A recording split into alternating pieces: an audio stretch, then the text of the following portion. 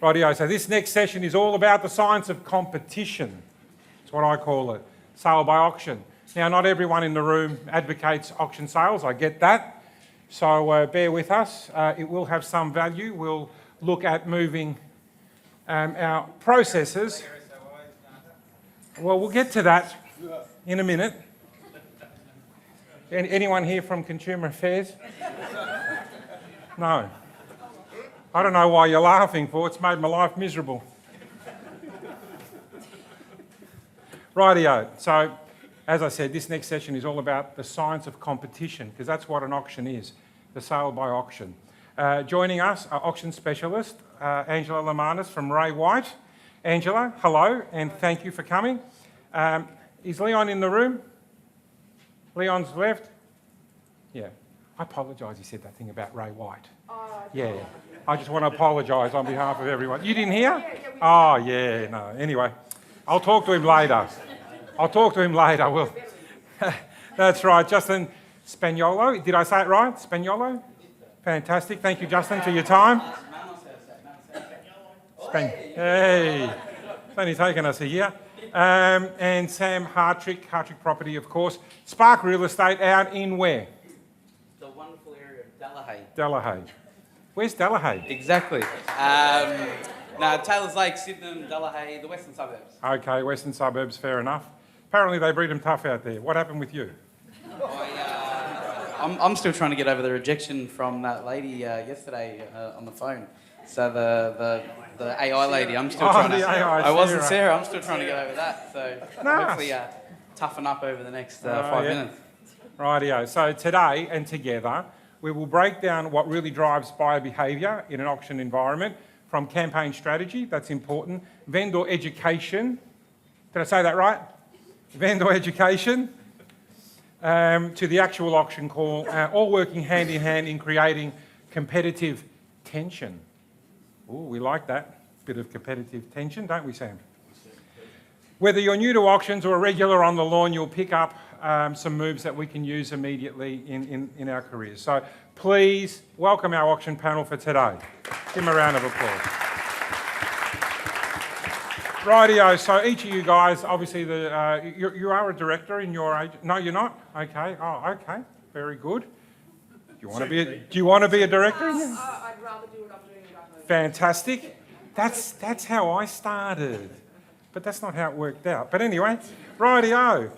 All right, so appreciate your time. Justin, you are a director of yours, and Sam, of course, yours. Now, just so you know, Angela and Sam actually work alongside each other and probably compete in the same area. Mm-hmm. Is that, you've got him, haven't you? You've got him. it comes and goes. Rightio. So, absolutely she is. And we've got a bit to say about that too. So, for mine, Daniel Bignol is in the audience today. It's the one thing that I don't think AI has got us yet. It's the human element, right? Specifically in the auction process. So I want to talk about that, but we will also touch a little bit later on how AI is helping us with, I guess, tidy up all the buyers and your system at props, make an offer and all that sort of stuff. So we'll touch on that towards the end. So we know that as an auctioneer, we're always in the spotlight, okay? Now, our job is fairly easy as long as the agents have done their job in setting up the process. So I want to go back to process because that's a word that we've used a lot today. So Justin, I'll start with you. Do you follow a structured process from day 1 to day 30, or let's call it a 4-week auction campaign? Talk to us about your process, please. So I wear 2 hats. For anyone that knows, I've worked for, obviously, myself at Spark Real Estate, so I call my own auctions, I call my team's auctions, but I also call some of the C+M and Marwin's auctions and a couple other agency people. So I wear a couple different hats where I can see it from what I do, what Marwin does, and then what my team do, and so I've got 2 different ways of how I think of it. From the start, it's always, what are you hoping for? What is your dream? What is realistic? What is not? If we can create the competition to try and sell for more based on A, B and C, I'll do a midweek open the week before the auction. I'll always do midweeks the whole way the whole way through the campaign. But I think the biggest thing is come auction day, and what I tell the owner is, two-sided to the coin. I guess I'm the person that you will see calling the auction. I've met the buyers. I know them by name. I put them under pressure whilst I'm calling the auction. But then with Marwin's, I'm just needing Marwin to do his side of things and make sure that the buyers rock up, and we go from there. So there's two different ways to look at it. But structure from Marwin's side, and obviously my side, C+M, and my side at Spark, I think it's the structure that you need to make sure that the vendor is able to achieve what they want, and if more, if competition's there, which is part of our job. Do you think location matters where a property is in relation to, it's an auction property or a private treaty? Do you think location matters? Yeah, and I'm going to answer it pretty carefully. So in my market, you'll never do an auction in a body corp. You'll never do an auction in a body corporate property. But then there are some body corporate properties towards your neck of the woods, which are over 800, 900, a million, I'm guessing, and the rest, where my body corporate properties are 450, 500 500 grand. And then you've got the parents that are saying, don't go to auction, don't do this, because that's all they can afford in that kind of location. You'll do it if it's freehold, but body corps has always been a really big no in our kind of core area. It is changing slowly, but at the moment, it's a no. It doesn't get done in body corps. Sure. Angela, over to you. Beautiful Bayside. Process part? Yep, please. Yep. So I guess similar to Sam, I call predominantly all of my auctions and a few auctions here and there for the team. In our office, I think we might have 5 or 6 auctioneers. So there's a lot of choice out there, but I'm the only female auctioneer. So if there's ever anyone... Sorry. I'm the only female auctioneer in my office. I thought office. you said that. Yeah. So if there's ever... I always tell the guys, if they're ever speaking to a client where they might need just, that feminine touch, if they're not feminine enough, I can always step in. It can help them seal the deal, just from a different perspective. About a week ago, we caught up, had a little cuppa, and we talked about how did you feel coming into the role as a female auctioneer, because it is very much a male-dominant area, right? So did you have any hurdles, obstacles, something you want to share with us, perhaps? No, I was really excited. I had been thinking about it for many, many years, but I didn't really pull the trigger until later, and I've also been later in life as well. I've been in the industry for 25 years in sales for the majority of that time. And about halfway through, I thought, I was looking around at my competition and our director, of course, at the time, and I thought, okay, they're okay. Some are really good. Some of the auctioneers I felt were quite aggressive. Some on the opposite side, quite complacent.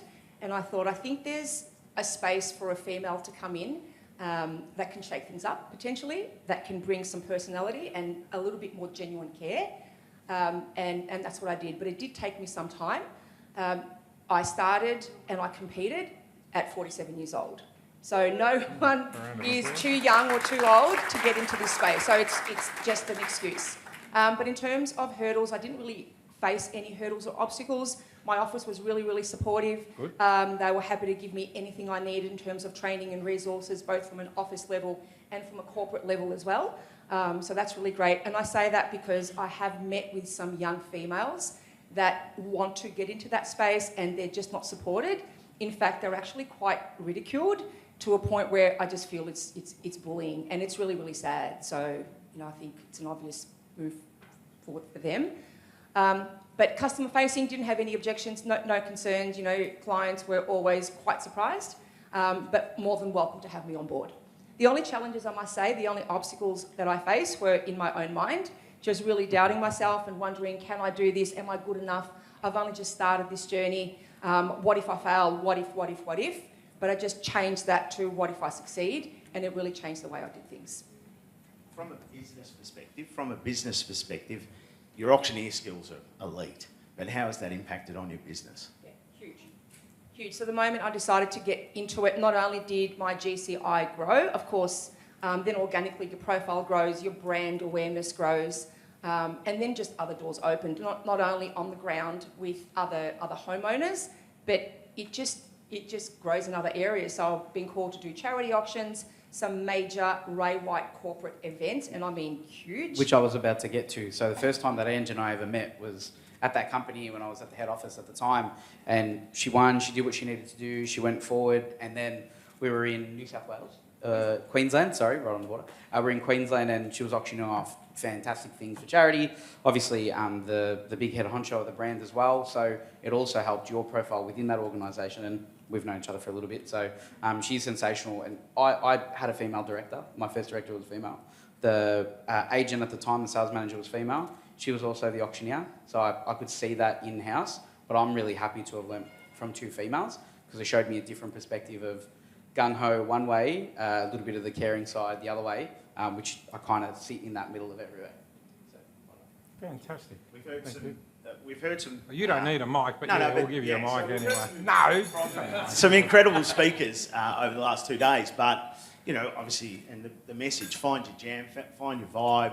Obviously, for me, the auctioneering skills have, I guess, and for Angela and Justin, I speak for you as well, Arthur, opened up. Obviously, you sit in the lounge room and opened up. Obviously, that's my sort of prospecting tool, if you like. So I love my auctions. I think I do a reasonable show when you're out performing. So I guess that helps me get back into the doors. Not that I shouldn't do anything else, but the only thing I could sort of add to Justin at the moment, the market's a bit, we're Bayside, but it's a little bit up and down. The first 2 weeks of my campaign are crucial. So, and that's sort of, the setup of the property, pricing's important, and we probably talk on that with legislation, potential changes here in Victoria next year. But setting the property up right, and then that 2-week campaign, potentially the auction is a process. So I'm either going to sell at that period before auction, or I might pivot. We've brought auctions forwards this year, so it's not locked into a 4-week campaign. So there's some flexibility there. So that's the only thing in terms of a process art that I can sort of add to that. I always remember the head of the organisation that we first joined was MPRE, and Stephen Oates. He said to us, once you put a property to auction, you never cancel it. So that's kind of what always sat in my mind. Have we always done that? No, we haven't. You do what's best for your client. So client first, undoubtedly. So you have to learn how to dance during that campaign. So we'll get to that. So, all right, so you do your campaign. First week, Saturday, you do an open, whether you're there or not, you ski, snowboarding or whatever you're doing, right? Or you're eyeballing your clients face to face, and you get a banger offer. You just get a ripper, and you go, now what do I do?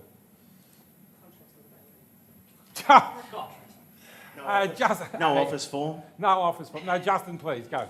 I think for me, I'm very, I work for the vendor. Like, as I always say, I work for the vendor. I'll let them know. It happened only recently where first open, got an offer, even though it wasn't the auction process. Again, I treat everything with that urgency. Got an offer, if we got that, we're going to get more.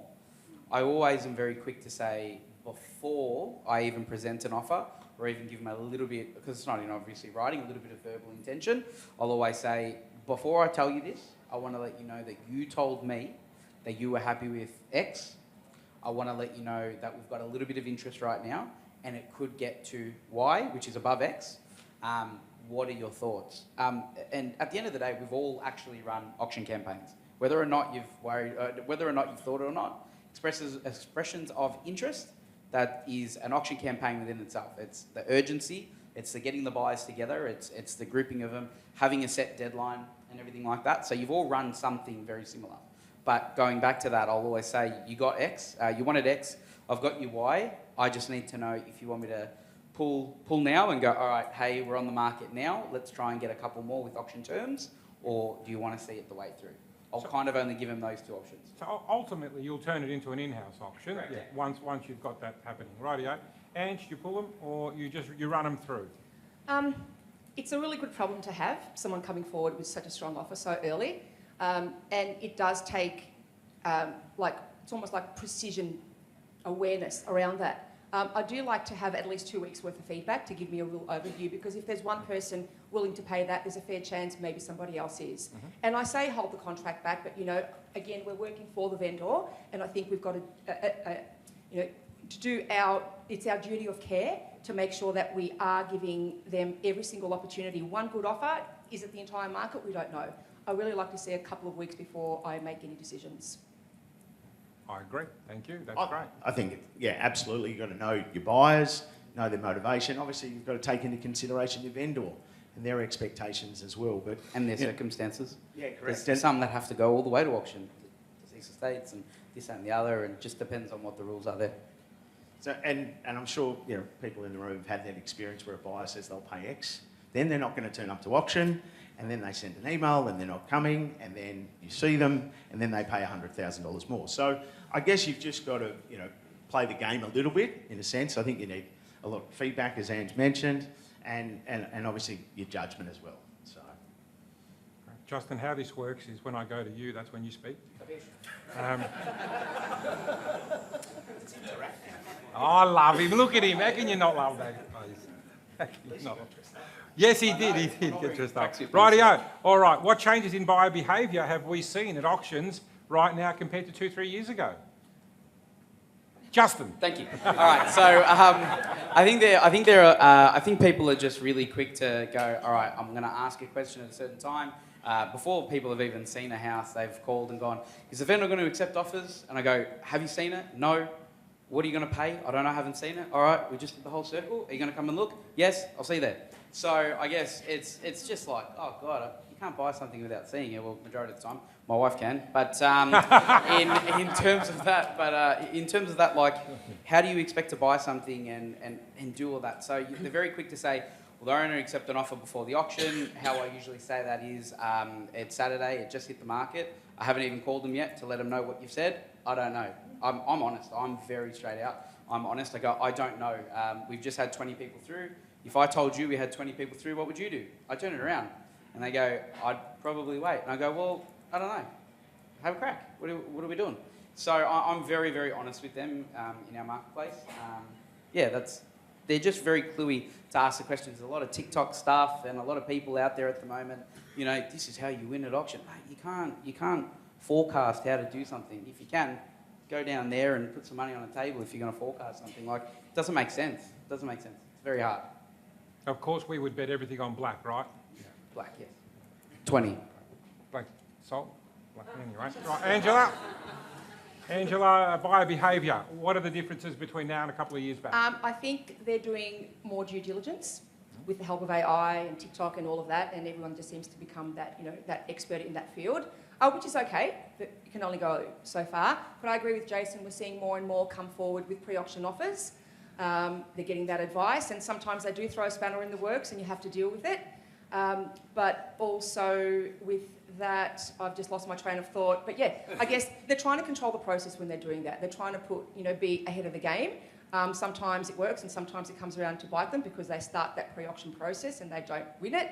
But they just want to avoid that heated competition, which most people would. I'm glad you mentioned that. Sometimes they don't win it. When you're in the cold phase and you knock a property down, and I've done it, and they start crying. Yeah, to the right person, yeah. Not that bad. The underbidder, and they start crying in front of you and their families all giving them a hug and, consulting them and just sort of saying, oh, well, there's always another one. It's really hard. We're all humans, and you cop that. You got to walk away. I'm easy. I get in the car, I drive off. I'll leave it to the boys. So you sort it out. But it is hard, isn't it? That human element, what I was talking about before. So buyer behaviour changes. Sorry, I went off topic, but go. Well, what are we seeing different nowadays?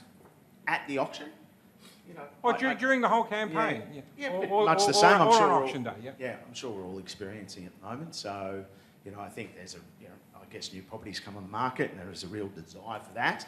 And it's not quite right or not quite priced right. So then there's obviously the competition aspect that you've mentioned. So they're keen to either knock out their competition beforehand or play a bit of a game. Auctions, I don't think have changed, but trying to get that first bid.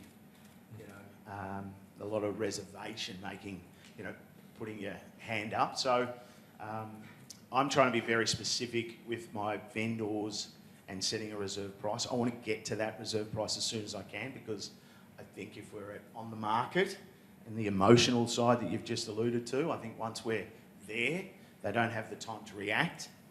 They're invested, they're emotional. Your question just before, and Lou standing over there, I remember before Eldon Court, Lou, I'm not sure if you did, but the buyers that bought that let out the biggest roar when we said sold, that emotion that you just referred to. So I've got clear instructions on auction day. Get to the reserve price as soon as we can, because once you're playing for keeps, there's no doubt that has greater impact on the end result. Absolutely. Now, just bear with me if you will. For the Victorians in the room, is it not on? Hello, 1, 2, 1. Are we good? Can you hear me, Michael? From the back of the room? Can you hear me? Thanks, Sam. For the Victorians in the room, we're going to have some legislative changes coming in May, where they're suggesting that a vendor must disclose their reserve 7 days out of the auction. So it's got to be publicly disclosed. So are we shutting up shop? Or what are we doing? Because it's going to impact, I have serious thoughts on it. The REIV says they'll push back, but we'll see what happens. What I don't understand is this. Why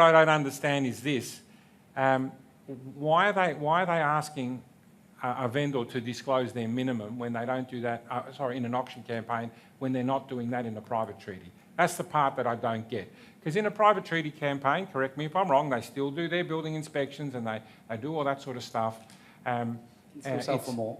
And they do sell for more. Yeah, we see it every day on our group has a pager and we put it through, listed for this to this and sold for this, and it's private treaty. Nothing gets said. But of course, they're jumping on the bandwagon. So with that being said, new regulations and all that, I'm going to ask you this question, so I'm going to flip it a little bit. If you were in charge and you could make one change to regulations relating to auctions, what would it be? I actually don't mind the registering of bidders. I don't mind that. It gives us a bit of clarity to who has said they're registering, so that I can take that information and go to the vendor and go, these are registered, where right now it's 3 people have said they're coming. I always say, as a joke, I go, usually if 3 people say it's 1.5, you just cut it by half, so we'll work out who the half is. So people are really confident in that, but to get a little bit of money, to get that registration, to be able to go to the vendor and say positively, we have 5 people coming, A, B, C, D, E, F, G, whoever they are, and this is what they're saying, this is the terms, this is what they've said. It also provides a little bit of clarity to the vendor of, okay, I've only got 1 today, I've got 5, should be right, and it's just that education piece again as to how you treat your vendor, and obviously how you speak to the buyers as well, setting it up for transparency. Angela, what can we change in the regs? Yep, Justin took the words right out of my mouth, so that would be one thing. Registration of bidders. I mean, if it's good enough for other states, why not here as well? Obviously, it gives us, it allows us to have a better conversation with the vendors in preparation for the auction, but it also safeguards them. Why have all this protection around buyers? Why can't the vendors be protected as well? Just in case. Nothing's ever happened on my side in all my years, but you only need that one to just run away and go missing, and then, you're starting from scratch. So, Sam, anything from you? Yeah, is the system broken? Is there a need for change? Street theatre, auctions, some pricing, guidelines and parameters around that. Registering bidders, does give you a bit of certainty, but, how often have people turned up? Well, in the past they have turned up and bought it on the day, so if they're not registered, does that mean they can't bid? And that's a question we get asked. If I don't register, can I still bid? And I just say, well, I'm not going to say no. What can we do? So it's got that flip side. I think anything we say, there's going to be the other argument. It's but that won't work because of again, it's hard. And going back to what you've said, is it broken? So I get that. I think COVID changed in terms of auctions. They were traditionally Saturdays, so I like the fact that online there's a number of agencies that do online auctions these days. Obviously, days of the week, times of I see some auctions Saturday afternoon at 6 o'clock, during the week. So, look, I'm sort of on the fence at the moment in terms of if we need to change anything.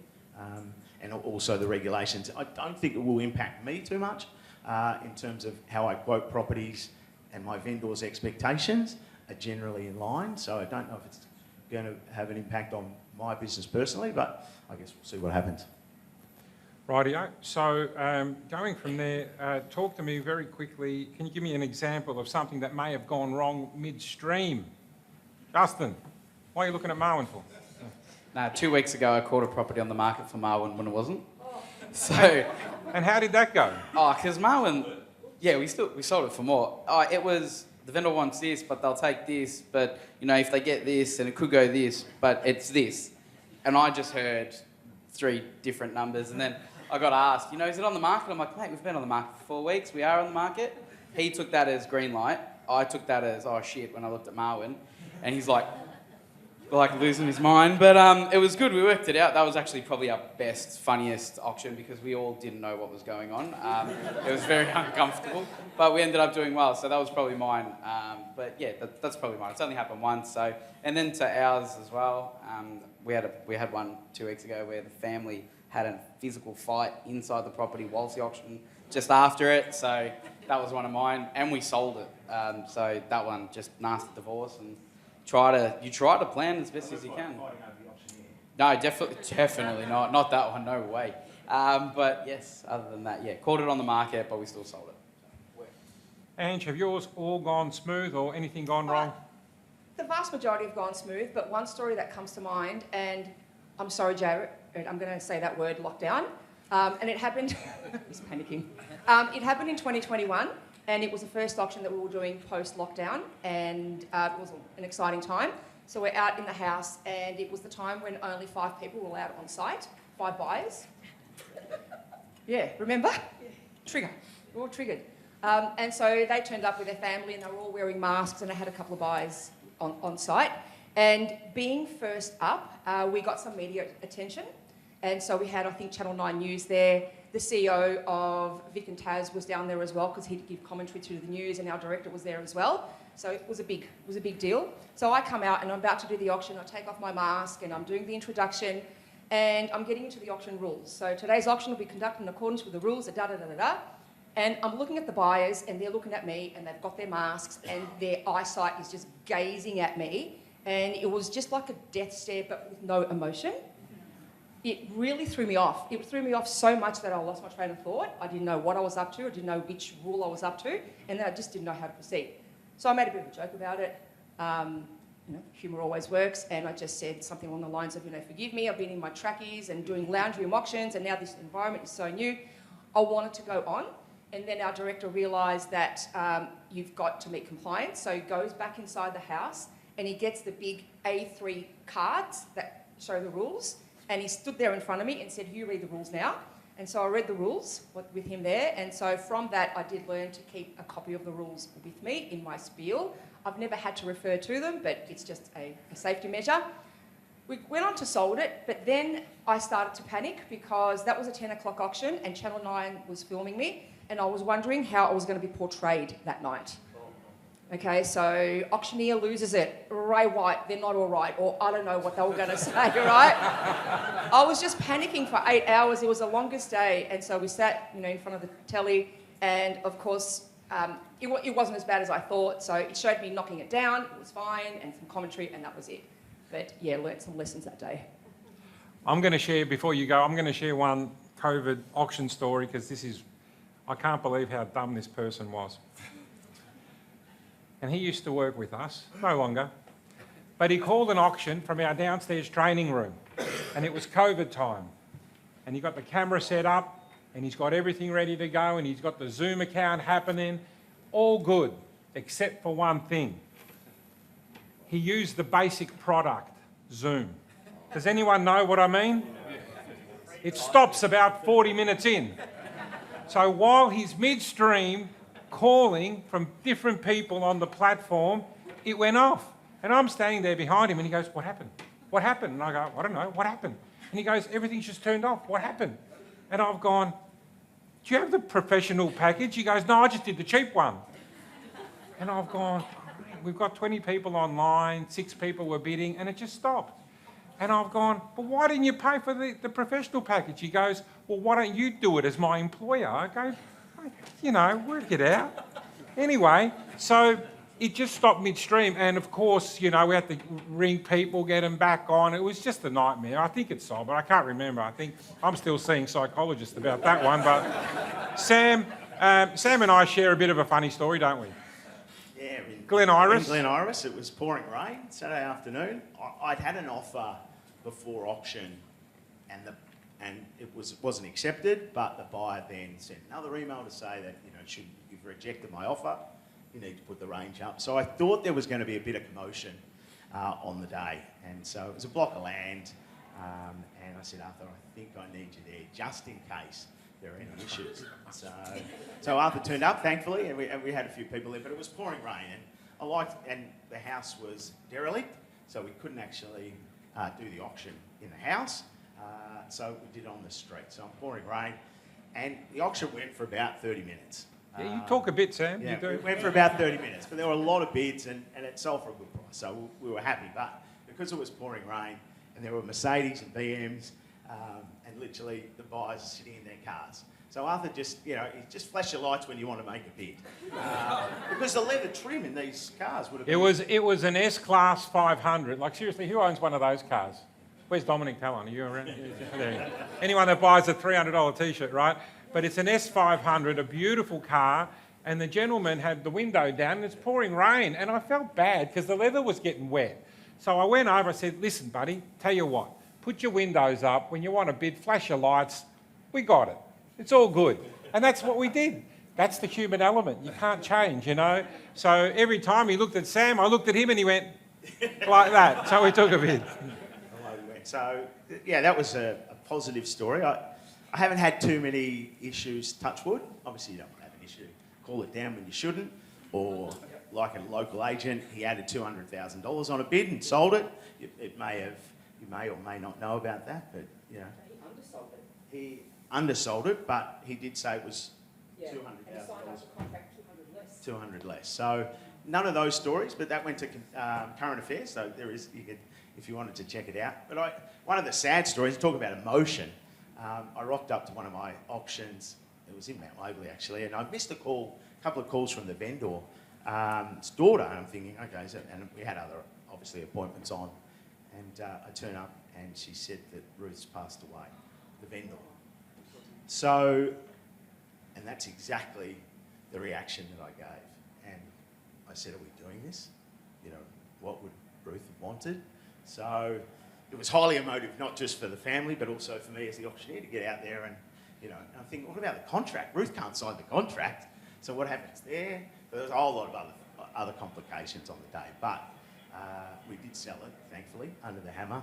It was emotional, a lot of tears from both sides. Actually, a lot of tears yesterday, listening to Mickey McClure, and it's been highly.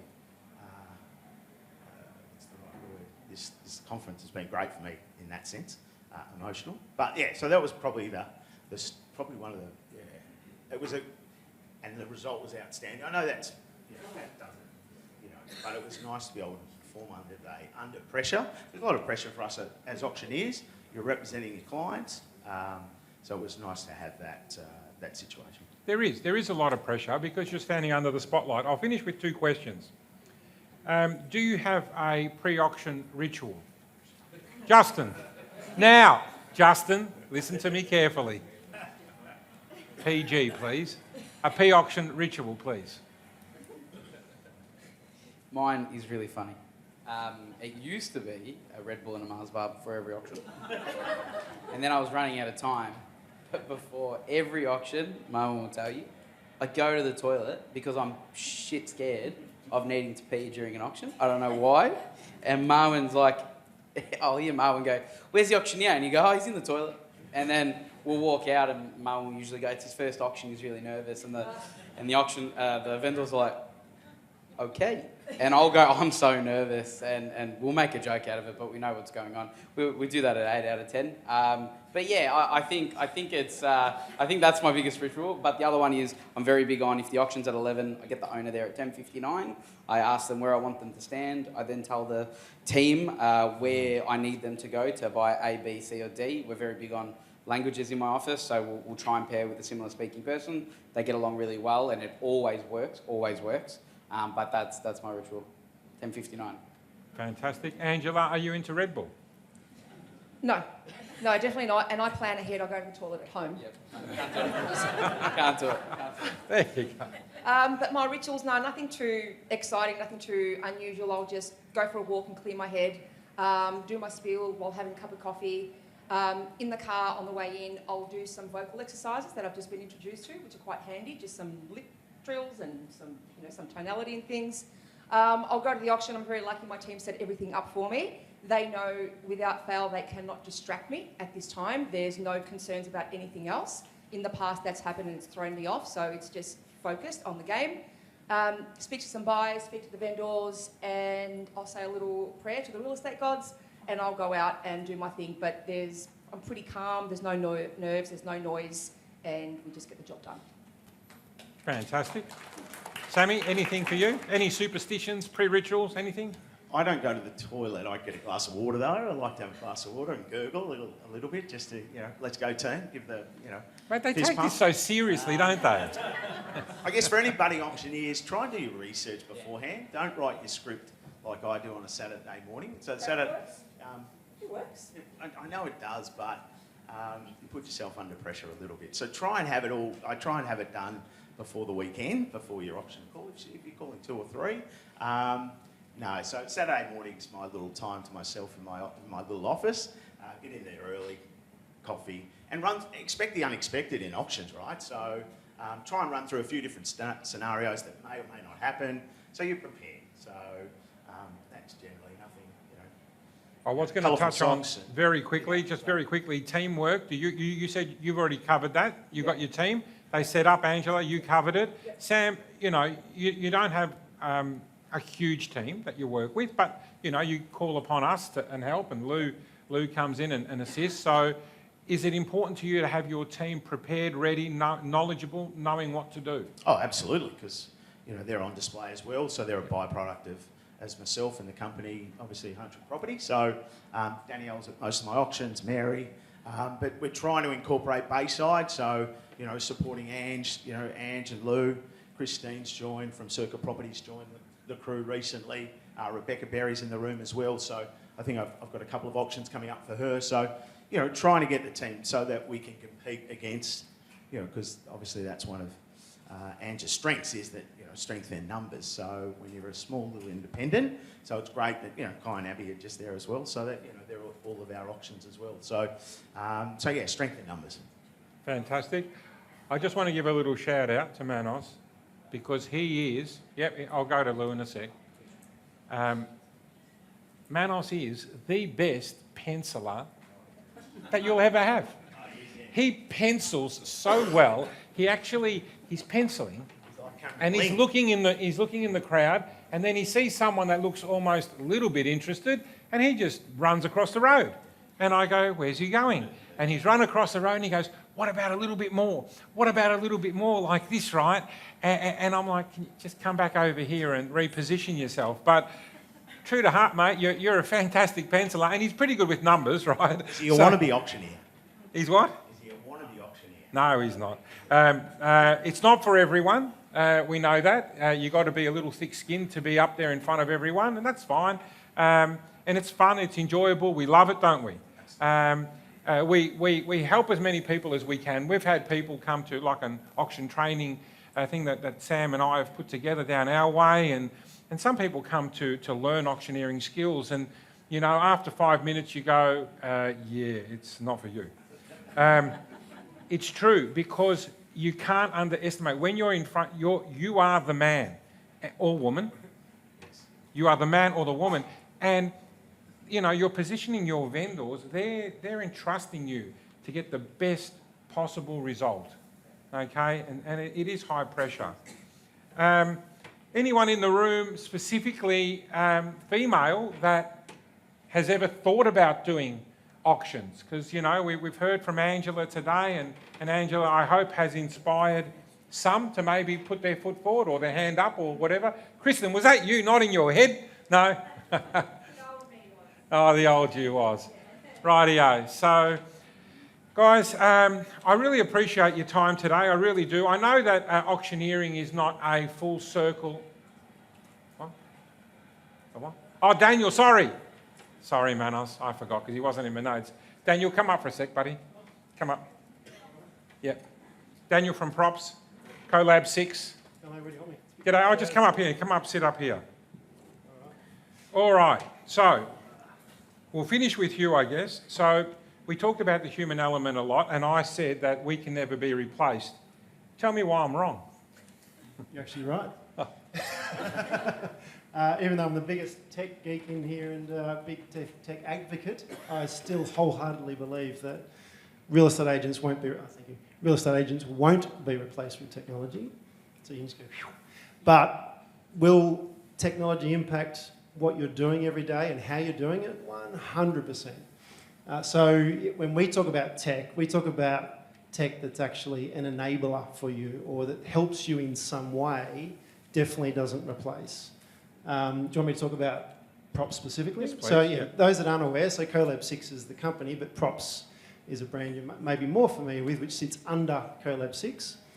And so when we built Props, it's actually designed to emulate an auction.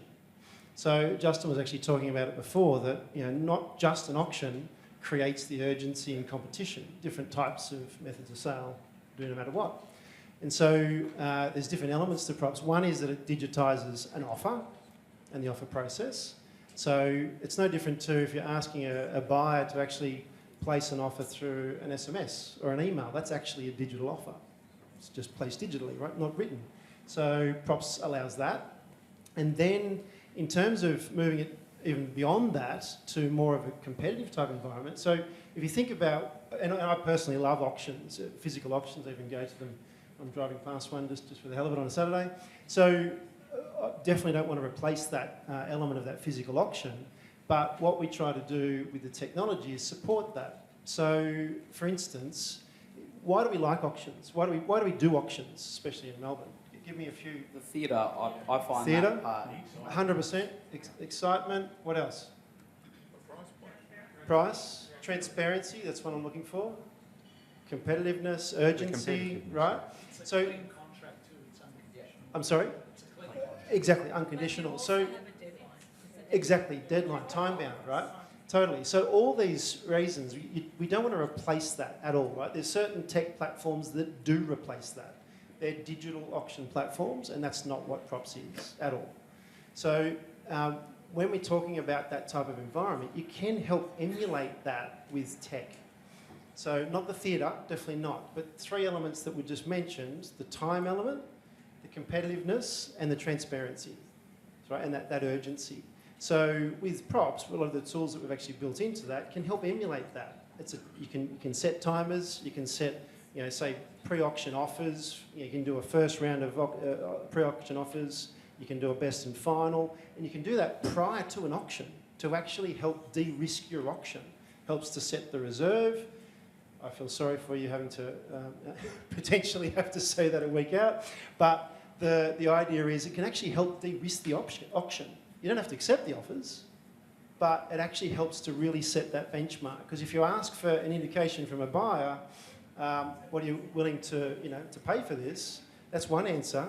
When you actually ask them to put it into a written offer, that's a very different answer, right? So actually utilise some of these tech tools to help you in doing your role. Because what, like Justin mentioned before, around doing even just like a boardroom auction or a closed tender or a sale by set date, what they do is create urgency and competition, but it doesn't create transparency. The auction creates transparency, and platforms such as Props can help you add that transparency element to a private treaty or private sale type campaign. So it's just being open-minded about what technology can do to assist you to help you do your job, not replace what you do. Make sense? So I'm here for a while? So, well, maybe not you, but others, yes. Good on you, buddy. Really appreciate That's it. all? Yeah, that's it. Thank you. I think you've explained that. Yeah. Guys, give them a round of applause. Angela, thank you.